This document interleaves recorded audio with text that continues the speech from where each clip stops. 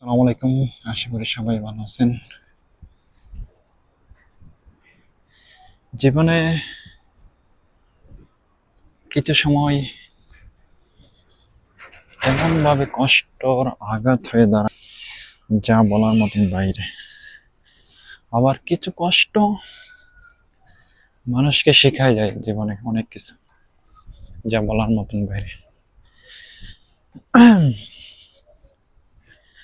আমার যে সময় কষ্ট শুরু হয় আমার প্রচুর পরিমাণ অস্থির লাগে, মানে এমন অস্থির লাগে বলার মতন বাইরে।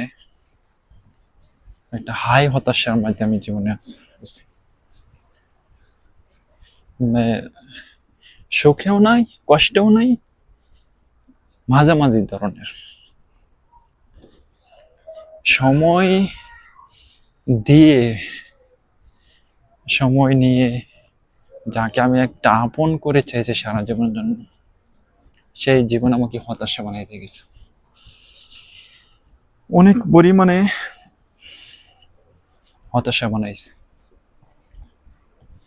আবার মাঝে মাঝে এই পরিমাণে কষ্ট লাগে যা বলা আমার মতন বাইরে। এখন আমি বলতেও পারি না, সইতে পারি না। এই হচ্ছে জীবন আমার। আমি কি পরিস্থিতি আছি শুধু আমি জানতেছি, এটা কেউই জানে না। শুধু এক উপর আল্লাহ জানে যে কি পরিমাণ আমার কষ্ট বুকের ভিতরে। শুধু এক বুক কষ্ট নিয়ে পৃথিবীতে বেঁচে আছি, আর কিছুই না। এই হচ্ছে জীবন। কখনো সুখ হয়েছে জীবনে, কখনো কষ্ট হয়েছে, কখনো টেনশন হয়েছে, সব মিলাইছিলে এই জীবন আর কি আমার। মানে পরিপূর্ণ এখনো হয়নি জীবনটা। আমি জীবনে যাকে ভালোবাসছি, মন বান দিয়ে একটা মানুষকে ভালোবাসি।